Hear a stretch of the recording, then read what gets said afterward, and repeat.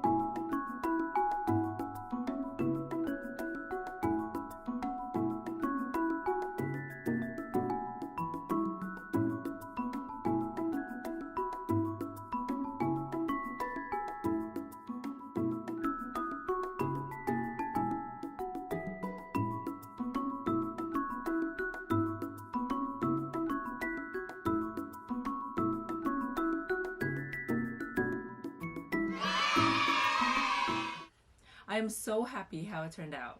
This recipe is actually from Catherine Zhang, aka Catty Cakes, on YouTube. I'll link her description below. And she's an awesome baker. She actually won Zumbo's Just Dessert Season 2. Spoiler alert. And she's amazing. So this recipe is actually baked as opposed to deep fried, which I actually prefer. I was excited to try it out. In reality, it took me 5 tries to accomplish this goal of mine. Unfortunately, there was 4 other attempts and I learned a lot of lessons through this task.